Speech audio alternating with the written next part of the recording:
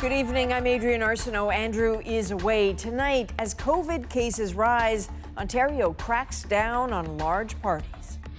This is a serious situation, folks. We will throw the book at you if you break the rules. Bringing in the biggest fines in Canada, but with half of new cases untraceable, do the new rules go far enough? A fast, easy COVID test for kids, no nasal swab needed. The child tilts their head back and opens their mouth really wide. BC's new gargle test, one of the first in the world. Getting the flu shot could be more important than ever, so why aren't they available now? If we don't act really soon, it's going to be catastrophic. Doctors sound the alarm. Would you hit a patio in -20? Alcohol doesn't freeze, so we'll be okay. The push to keep outdoor dining going all winter long. This is The National. After weeks of watching the number of daily new COVID cases climb higher across the country, today a major targeted move by one of the worst hit provinces, Ontario. New rules and a new hefty fine for breaking them. To try limiting the virus's spread in areas seeing it most, gathering sizes for things like parties and backyard barbecues are being slashed in Toronto, neighboring P.E.I region, and Ottawa. Ignore the rules and you risk a fine of at least $10,000. Ontario's premier says this is aimed at reckless, careless people, but there are all kinds of exceptions. And Jacqueline Hansen tells us that has some health officials concerned. To people still going to huge parties, Ontario's premier has a few choice words. Must be a few fries short of a Happy Meal, these people. There's like 100 cars out here. For weeks, as cases surged, sites like these have been raising alarm. We had complaints come in about a backyard party. We went there and there was 89 people at the backyard party. Well, that was allowed under stage 3. Not anymore. In Toronto, Ottawa, and Peel, the maximum for private gatherings outdoors is dropping from 100 people to 25, and indoors from 50 to 10.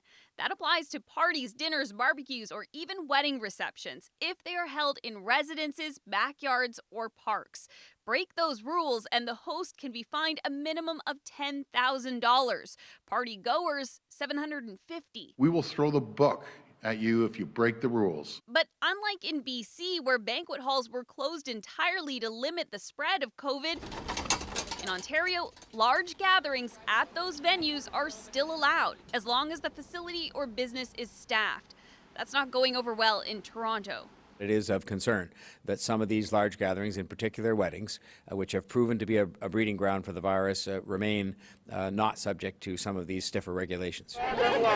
Schools are also exempt. The province says they are structured environments with many precautions in place. It's just apples and oranges. Comparing it to a wild party in the backyard that people are drinking, hugging, kissing, spit, and every other thing they could possibly think of. But the new rules still fall short, according to some health experts. Unless we change something, and I don't think it's just personal gatherings, I think it's weddings, restaurants, bars, strip clubs, schools, etc. You'll be talking to me again in the future about admissions to the ICU. Cracking down on those flouting the rules is no doubt a start, but it will still be weeks before it's clear if the changes go far enough. Jacqueline Hansen, CBC News, Toronto. BC is also asking people to stick to small gatherings, to keep their social circles to 6 people as infections spike there too. Today, British Columbia recorded a record high number of new cases, 165. Quebec adding an alarming 499 cases, but only 251 are actually for today. The rest are old, unreported cases from last week, delayed by a data backlog. It was Ontario that saw the biggest one-day jump in the country with 293. A close look at Ontario's COVID data from the last couple of weeks is revealing a problem. As Katie Nicholson shows us, more than half the active cases have no known source. It's been a long ride, but Stephen Grant finally recovered from COVID-19.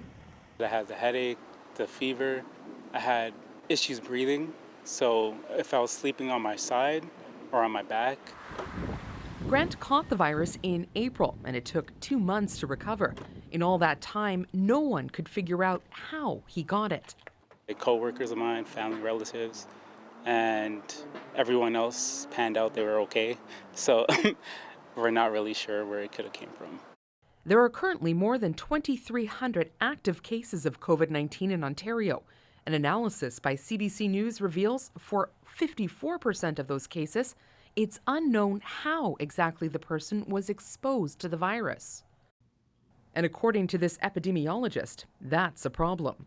If we understand where people are getting infected, how they're getting infected, it makes it a lot easier to control. And unfortunately, at this point, we just are missing a lot of data there. And so many cases unaccounted for now spells trouble for the future. And this is really just the start. It suggests that we're going to be in for a pretty rough fall and winter if we can't figure this out.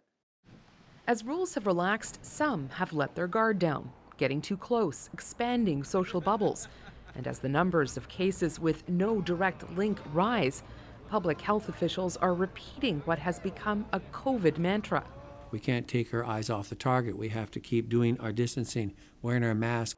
But Stephen Grant can't help but think that knowing how people like him got infected might help too. I would be happy if I knew where I could have got it from or how I could have prevented myself from catching it. But for now, all he can do is follow the rules and hope he never gets COVID again. Katie Nicholson, CBC News, Toronto. The outbreak at Western University has now grown to at least 28 students.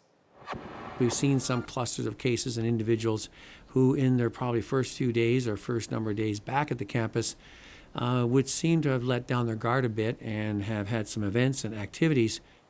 Well, most of the students live in 3 off-campus houses. Officials say they all came together in bars and at parties to watch a basketball game, even share drinks. The students are now in isolation. The outbreak has prompted the university to suspend many activities on campus. And a private high school in Montreal will close for 2 weeks after more than a dozen of its students and staff tested positive for COVID-19. Classes will continue online. This appears to be the first time an entire school was shut down in Quebec since students started the fall term. BC students will be able to take a new test for COVID-19, one of the first of its kind in the world. Kids from kindergarten to grade 12 won't have to have a long swab stuck up their nose. Instead, it will be as simple as swishing and spitting. Susanna De Silva shows us how it will work. The child tilts their head back and opens their mouth really wide. It's a new and less uncomfortable option. The water will taste salty, like the water in the ocean. To find out if kids have COVID, and it was developed here in BC. So there were a group of us that were discussing that we needed to have a sample collection method that would be easier, first of all, particularly for children, as well as for healthcare providers. And Dr. David Goldfarb is part of a team through the BC Centre for Disease Control and BC Children's Hospital. They have been testing to make sure the new collection method worked under guidance from Health Canada. We're finding it was performing very similar to the nasopharyngeal swab. Kids put salt water in their mouths and alternate swishing and gargling for 20 seconds. The sample is then processed the same way nasal samples are. It makes it easier without having needing a healthcare worker. We want to have it available for everybody. But the focus is now on children because of back to school and the challenge it can be to collect samples from kids. I think just for kids, and given the sort of this unfamiliarity with a nose swab, the swish and spit is going to be the option. There have been a few small studies around the world, but BC is one of the first places to roll it out, and they have made their information available for other countries and provinces who want to use the same method. Susanna De Silva, CBC News, Vancouver. We have new details tonight on our exclusive story from last night about the U.S. billionaire who flew to Canada and was exempted from the 14-day self-quarantine required by law. Today, we got some explanation as to how that happened and an admission that it should not have. Here's Jonathan Gatehouse from our investigations unit. The federal government moved quickly today to put distance between itself and a decision to let CEO Liz Uihlein and 2 other American executives skip quarantine last month. Uihlein and her colleagues spent 2 days holding meetings at their sprawling Milton, Ontario office after flying into Pearson Airport on a private jet. The government says they didn't get ministerial exemptions. Rather, it was local Canada Border Service agents who waived the isolation rules. Something Public Safety Minister Bill Blair says should never have happened. A decision was made by officers based on the information provided. Entry should not have been permitted, Blair said in a tweet this afternoon. This was not a political decision, he added. Conservative critic Shannon Stubbs charged that it's not credible to believe ministers' offices wouldn't know who had been exempted, tweeting in response, "How many private jets flying into Canada with billionaires aboard?" Liz Uline and her husband, a billionaire couple, are currently the top Republican Party donors. Well, there should be one rule for all the people. It doesn't matter who you are. I don't care if you have 50 cents or you have $10 billion. It doesn't make a difference. For Shayla Costello, whose grandparents are trying to waive the 14-day quarantine so they can visit her dying mother in hospice, the rules do feel different. It's upsetting because we've been fighting so long, for 3 weeks now, for an exemption for quarantining, so they can see my mom for a couple hours. CBSA said the Uline executives were granted exemption from quarantine under a category for people who provide an essential service, like truck drivers or healthcare workers. Saying in a statement they've now concluded that the travel in this case should have been categorized as discretionary and entry denied. Uline and her company have not commented on the government's claim that their exemption was a mistake. So, Jonathan, it certainly seems like there are some unanswered questions remaining here. Quite a number of them, Adrian.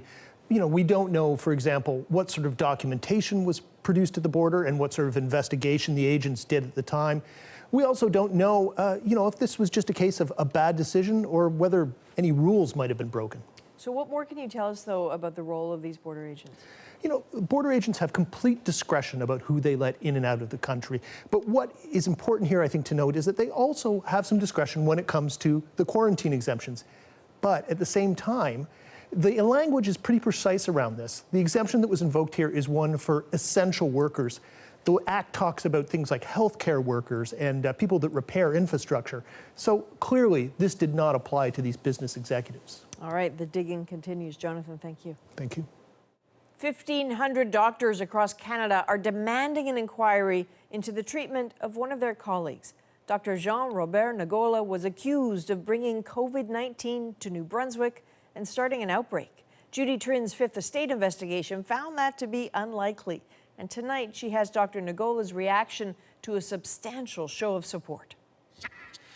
The letter that arrived at Dr. Jean-Robert Ngola's clinic in Louisville was unexpected.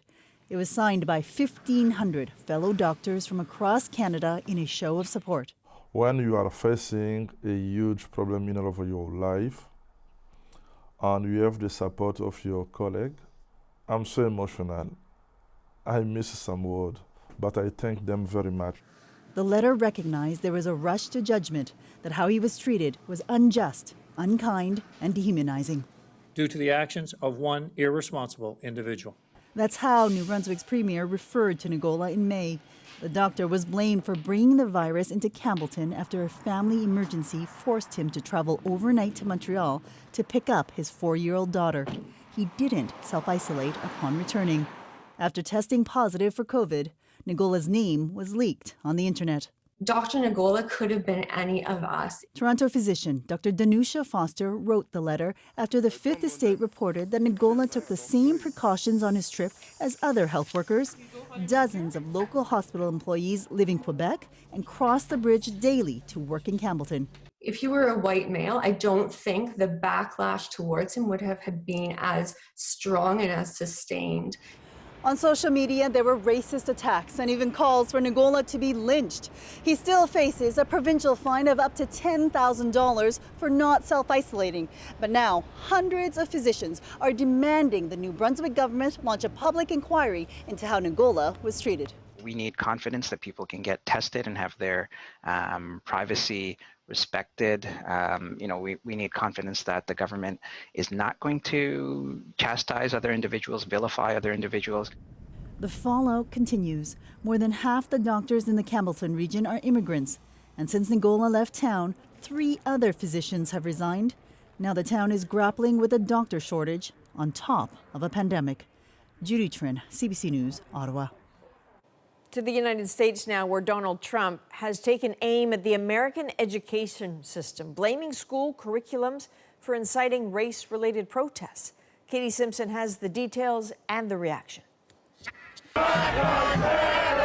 In the middle of a national reckoning on race, fueled by the shooting and killing of Black Americans by police, the president risked inflaming tensions further, attacking education programs that teach kids about the lasting impacts of slavery, saying they make students feel ashamed of U.S. history.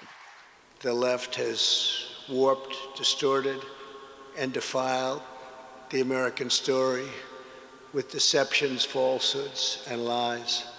Donald Trump vowed to use the power of his office to develop what he called a patriotic curriculum. Statements that came after his attorney general dismissed the Black Lives Matter movement. They're not interested in black lives. They're interested in props. A small number of blacks who were killed by police who they can use as props to achieve a much broader political agenda. And then said this about pandemic restrictions. Other than slavery, which was a different kind of restraint, this is the greatest intrusion on civil liberties in American history. Bill Barr's comments were swiftly denounced. I think that statement by Mr. Barr was the most ridiculous, tone-deaf, god-awful things I've ever heard. The Republican Party must do better. The rhetoric isn't helping Trump win over voters of color, who hold significant sway in key swing states, including Wisconsin and Michigan. This is not a man who's interested in expanding his base. He wants to retain who voted for him in 2016. Bill Barr used misleading information to make his point about the Black Lives Matter movement. Last year, 250 Black Americans were killed by police, and studies show they are 3 times more likely to be killed during a police interaction than white people. Katie Simpson, CBC News, Washington. Allies of Russia's leading opposition figure, Alexei Navalny, say they found traces of the Novachuk nerve agent on a water bottle from his hotel room in Siberia. A video posted on Navalny's Instagram page shows his team searching the room last month after they learned Navalny had fallen ill on a flight to Moscow. He was later taken to Germany for treatment after being poisoned by what several labs confirmed was a nerve agent. The European Parliament said Belarusian leader Alexander Lukashenko should no longer be recognized as president when his term expires in November. 17 nations appointed a team to investigate alleged rights violations during the recent election. Lukashenko, who's been in power for 26 years, says he is the victim of a Western smear campaign. As police investigate Winnipeg fashion mogul Peter Nygard over allegations of sexual assault, one of his sons is speaking out. He says he wants to make sure the women involved won't be robbed of justice in the event that charges are laid. Caroline Bargood has our exclusive interview. Adrian, the son is one of Peter Nygard's 10 children. He's asked us not to use his first name to avoid identifying his 2 brothers, who recently filed a lawsuit against their father for allegedly hiring a woman to have sex with them when they were underage. Their 79-year-old fashion designer father is under investigation in Canada, the U.S., and the Bahamas for allegations of sex crimes against women and girls. It's been really difficult to deal with. Yeah, I'm disgusted by all this stuff. It's been awful. 57 women have filed a class action lawsuit in New York alleging Nygard sexually assaulted them. That lawsuit is now on hold. Nygard's son says he fears his dad may choose to spend the winter in a country that won't extradite him in case charges are laid. I can't in good consciousness have this Epstein to Canada case end with him riding off into the sunset in Cuba, avoiding all charges with a pot of money offshore. In 2019, Nygard left the Bahamas before he was scheduled to appear in court over an environmental dispute. He was convicted of contempt of court and sentenced to 90 days in jail. He appealed the ruling. His son thinks his father will never go back to the Bahamas, his home of 4 decades. He believes that he's above the law. The law does not apply to him. There are no laws preventing Canadians under investigation from leaving the country. But this immigration lawyer says the more money a person has, the easier it is to find a safe haven. If Canada does not have an agreement with this foreign country to proceed with the extradition. There's very little the Canadian government can do. Nygard's lawyer says his client loves Canada and has no intention of leaving. No charges have been laid against him, and he denies all of these allegations. The lawyer says Nygard believes his sons have turned against him after his company's recent financial difficulties. Caroline Bargood, CBC News, Winnipeg. The military says it has called off its search for 2 teens in P.E.I. An intense rescue operation was underway today. The 2 17-year-olds were reported missing last night when their small boat capsized off the coast of western P.E.I. A third teenager managed to swim back to shore. The case will now be turned over to the RCMP. Flu season is just around the corner, and in the middle of a pandemic, doctors are waving a red flag. If we don't act really soon, it's going to be catastrophic. Up next, what we need to do to get ready. 2 opposition leaders are self-isolating. Cases are on the rise once again. So At Issue is here to talk about the throne speech and how Parliament moves forward. And how about patio season in December? We adapt to the cold. We can adapt to anything at this point. Restaurants are looking for ways to keep those outdoor spaces open. We're back in 2.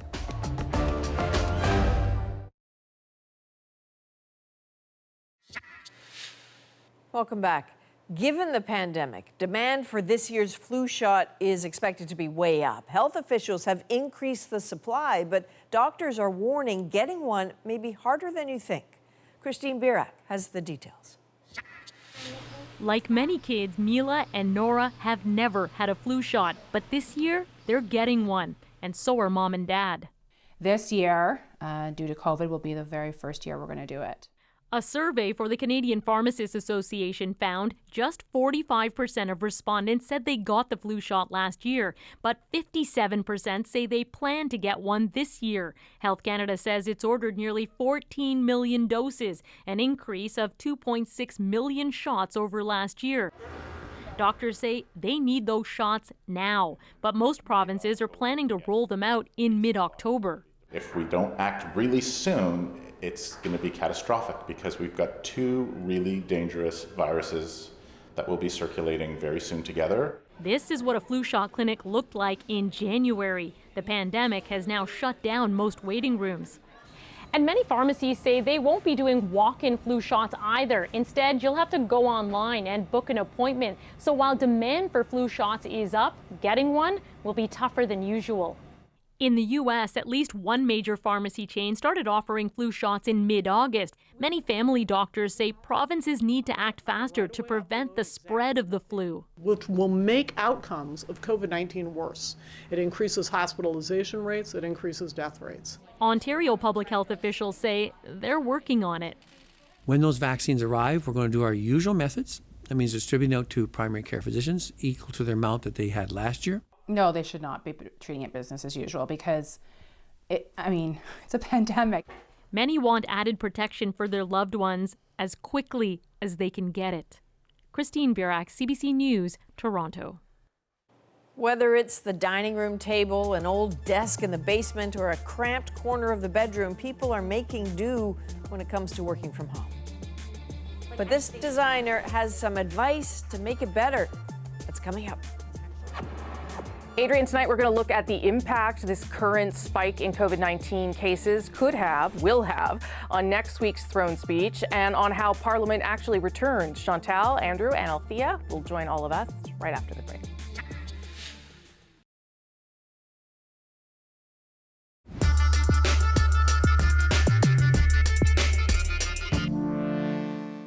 With just days to go until the throne speech, the Prime Minister has promised this kind of vision moving forward. Canadians deserve an ambitious plan for a healthier and safer Canada. A Canada that's fair and inclusive. A Canada that's clean and competitive. But things can change quickly during a pandemic. Cases of COVID-19 are now on the rise in many parts of the country, and 2 federal leaders are self-isolating, complicating what a return of Parliament actually looks like. So how does all of this change the tone and messaging in next week's throne speech? What is a safe way forward for Parliament? It's Thursday, and I'm here with that issue. Chantal Hébert, Andrew Coyne, and Althea Raj all join me. Good to see you all. Let's start with what seems to be a bit of a change in messaging around the throne speech. Certainly, the Prime Minister has said he wants to build back better. It's been transformational. I'll dial down a little bit this week, at least in his public comments, in light of the spike in cases. Chantal, I'll start with you. How do you think it will change what we're going to hear next week? I think they did rein back some of their initial instincts to come up with a change speech from the throne. I think at some point they realized that outside of the bubble, people were not excited about the opportunities created by a crisis. They just wanted some stability. And so I'm not expecting a landmark throne speech, although I'll be curious to see what happens to the social safety net measures that the Prime Minister at this point still talks about. Yeah, I mean, he does say it's going to be ambitious, Andrew, so presumably there might be some sort of big, different, new idea in there, even if it's not all the things that we might have thought. We don't know because there's a different trial balloon every day. It's certainly true that they let off about a dozen of them in the previous weeks, some of which I think may have been, to extend that metaphor, brought back down to earth, if not by the objections of the business community, of economists, of people like David Dodge, Don Drummond, pretty solid figures who have expressed a great deal of alarm about what the government was talking about, then by polling and focus group data I suspect they're getting, which has been telling them that as Chantal was saying, people are not particularly enthused by the idea of using a crisis where people's lives are at stake to pursue a bunch of ancillary dreams that the Liberal Party has harbored for generations. Particularly as the numbers have come up in the caseloads, I think that is bringing the immediate crisis more to the fore, both in public perceptions and in the governments. But are there things that they could lay down sort of as markers, Althea? Because there are other countries that are taking this as an opportunity to shift how they're governing. Is there an opportunity here for the Liberal government to lay down different markers? Certainly, but I think to Andrew's point, you know, the expectations on this throne speech were raised to such a point where it seemed like unless we were living in some like socialist utopia by the end of the year, it was going to be a failure. You know, we should all have free broadband internet no matter where we are, and everyone has free healthcare, and there'd be free tuition, and everybody would have a job, and everybody would be healthy, and everything was going to be great. And I think that they realized that by kind of blowing up expectations to that point, they had to, people are going to be really disappointed by what's actually going to be in this speech. So we need to fix this problem, and then compile that with the fact that the case numbers are going up and people are incredibly worried about a second wave, and they're worried about their kids going back to school. Mm-hmm. The Prime Minister really needed to meet people where they were at. And I think that is really what we have seen. Do we expect that we will see things on issues that are important to the Liberals that they feel are important to, frankly, other opposition parties as well, and to Canadians? Like, if there is nothing on childcare, I think it will obviously be a miss. But will we? Should we expect big, bold, transformational change? I think it's pretty clear that it's going to be a little less ambitious than what the Prime Minister was suggesting in August. So in light of that, go ahead, Chantal, and then I got a clip to play, but you go first. But the problem, I think, up to a point was that the mood seemed to be that the Canadians actually wanted change when what they want is a notion that the government is serious about the pandemic. Yeah. I think they realized that it looked like they were chasing butterflies while everyone else was kind of thinking we're in deep trouble here. So big question mark. The other issue is transformational change. Maybe announced in the throne speech, we will have a federal election long before any of those heavy lifting issues get off the ground. Right, because we're still in the midst of the pandemic. So let me ask you whether this sort of trying to dial down expectations changes the possibility of an election. Here's what the Prime Minister had to say about that earlier this week. I think it's irresponsible to say that an election would be irresponsible. Our country and our institutions are stronger than that. And if there has to be an election, we'll figure it out. I don't think that's what Canadians want. I don't think that's what opposition parties want. It's certainly not what the government wants. Andrew, how did you read that? I don't know because everybody's just spinning here. Look, it will all depend on where they're at in the polls. I don't see any incentive for anybody for forcing an election. The Liberals are not free and clear of the Tories at this point. They're much closer than they would like to be, I think, at this point. And they have to get, if the Liberals don't want to push for an election, then all three opposition parties of the major ones have to vote together to force one. And I don't see that happening either. So, and particularly, again, as the pandemic revs up again, if that's what's happening, I mean, what we know from the spring is a relatively slow growth, it seems, in caseloads can suddenly turn into a much larger one, the power of exponential arithmetic. And if that's the curve we're on, we don't know yet. But if we are and the cases really start to spike, I think the appetite among the public for an election will grow much less. But there was a successful election in New Brunswick. There's going to be one in Saskatchewan. There's probably going to be one in BC. I mean, those are all indications, Althea, that it's possible, even if the Prime Minister says it's not his preference. Well, I think the Liberals would like to have an election sooner rather than later. I mean, I think in many ways they'd probably like to go in the spring. Frankly, the Conservatives might like to go in the spring too. I don't know that I agree with Chantal. I think that it's possible that this government could last several years. I think, the NDP has come under a lot of flack for basically siding with the Harper Conservatives and defeating Paul Martin's government when they had the opportunity of voting for things like childcare and the Kelowna Accord.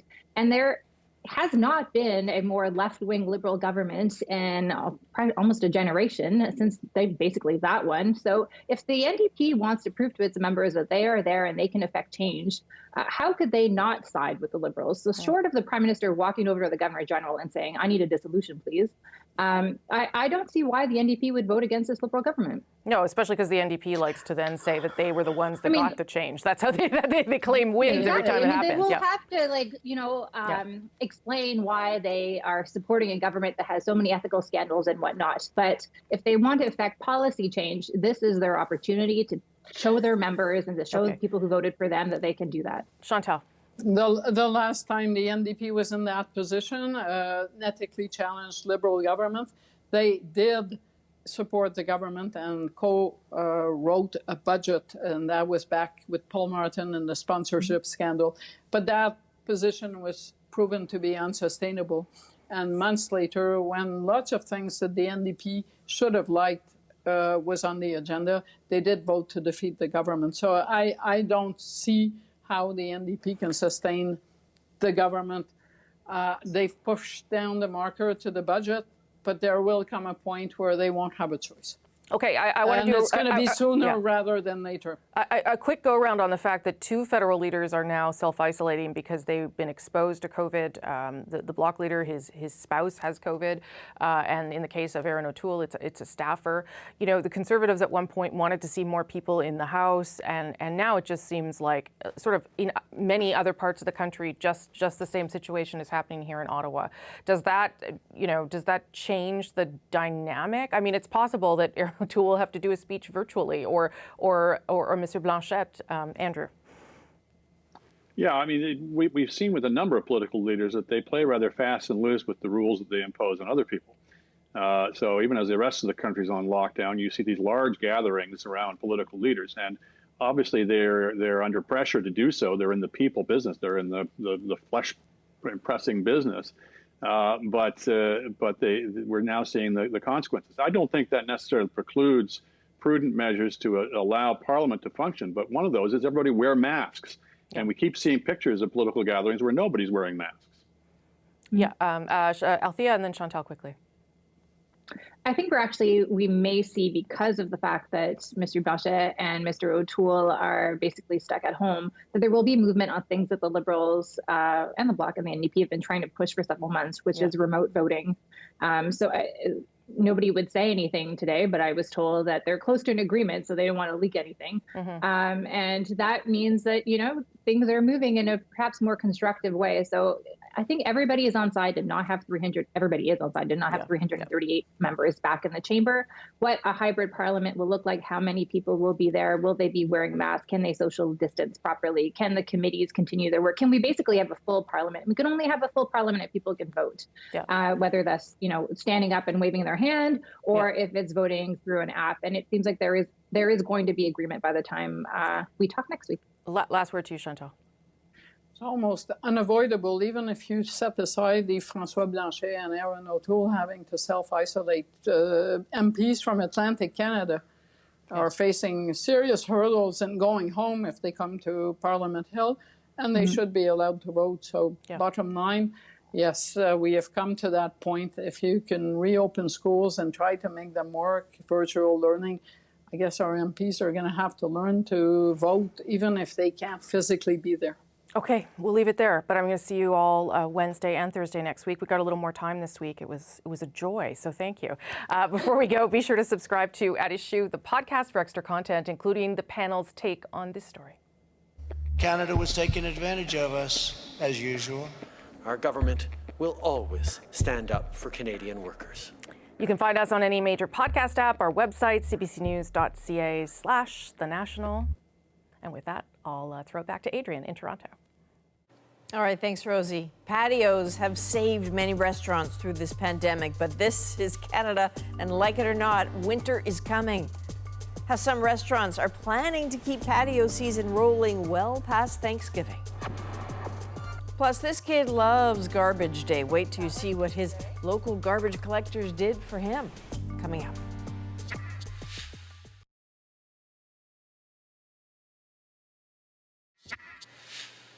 Well, the end of summer is days away, and the end of patio season isn't far behind, or is it? Cameron McIntosh shows us how restaurant owners are trying to keep customers outside despite those falling temperatures.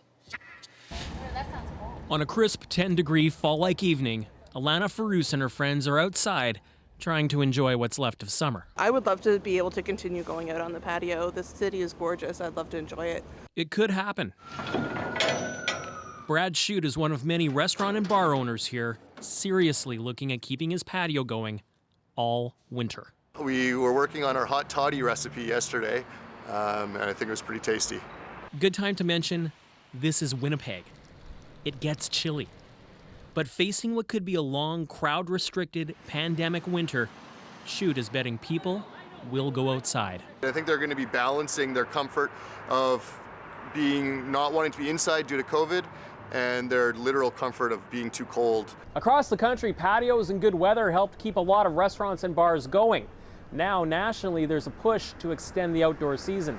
People are buying portable heaters. Restaurants Canada is helping owners in several cities push for breaks on licensing, fire, and zoning codes, all to keep those patios open. We don't want anyone to go against the best advice of health officials, but are there ways we can address those concerns and still provide the best, extend the season in any way? There's already a run on outdoor heaters. As for covering a patio, in Manitoba at least, the chief public health officer says outside means outside. I think it'd be something that we're going to need to be clear about, and so when we talk about a patio and that we expect it to be just that, a predominance of outdoor air, so not enclosed. Jasmeet Virk isn't quite convinced, but sees a plus. Alcohol doesn't freeze, so we'll be okay. We'll be fine, yes. I find this a very adaptive city. We adapt to the cold. We can adapt to anything at this point. Cheers to the winter of our pandemic discontent. Cameron McIntosh, CBC News, Winnipeg. For those in this country who don't have the luxury of a home office, working from home comes with some challenges. This Canadian designer launched a business that's all about creative solutions. Like, where are they going to put their clothes? That's up next.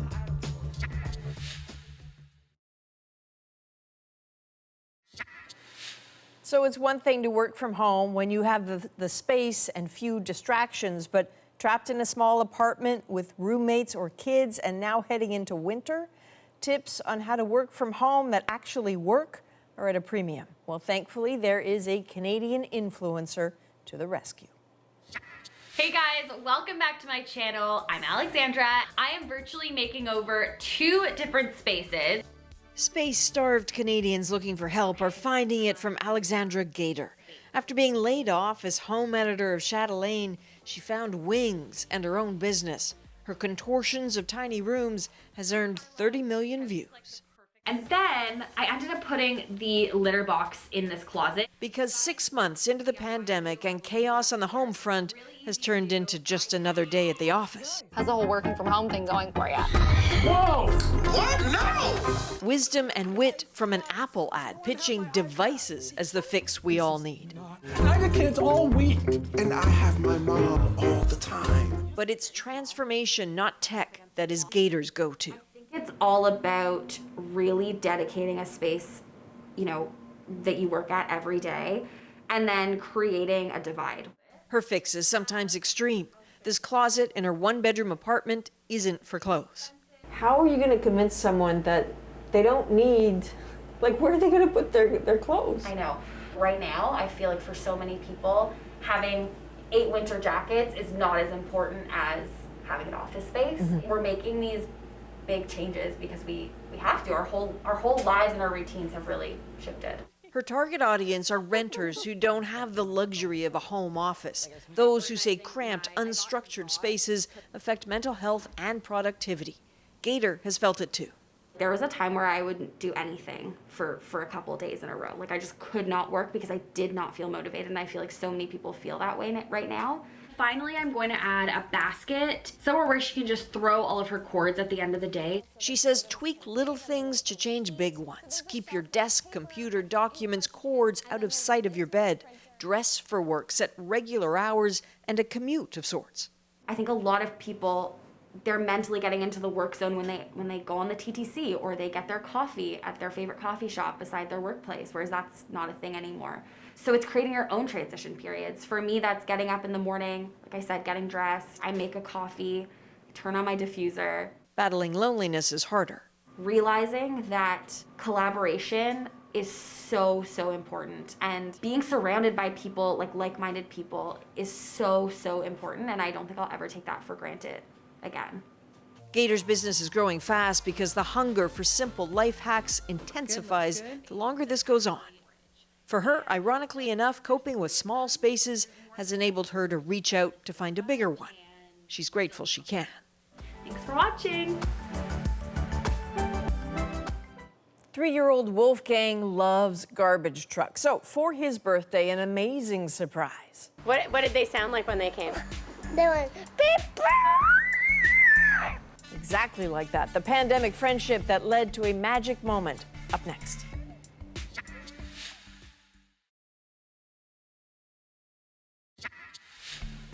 This is Wolfgang. He recently celebrated his 3rd birthday in the company of some of his favorite people who just happened to be City of Toronto sanitation workers. So every Friday, Wolfgang waits for them outside of his house, and the workers will honk their truck to make sure he knows they've pulled up. They even call themselves the Wolf Pack. So when his birthday rolled around, Wolfgang's family organized quite a surprise, and this is our moment.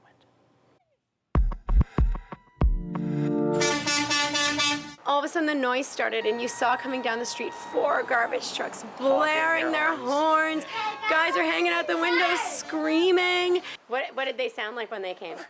They went beep, beep.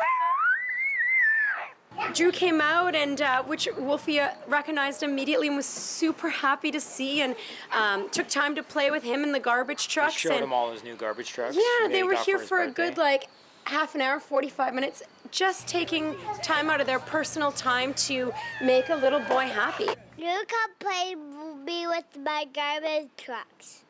Wolfie's a really great kid. He's a really great kid. I like that kid, man. Seeing him enthusiastic about even just something as simple as, as what we do in our everyday lives brings meaning, shows the importance of everything that everyone does in society. All right, everybody needs friends like these. So this friendship started one day when Wolfgang put a thank you essential workers sign out next to his toy garbage trucks. He got to know the guys. Drew and DJ are his favorite. And when his parents said to him, you can only have 2 people to your birthday party, who do you want? He said Drew and DJ. That is a national for September 17th. It's my mom's birthday. Good night.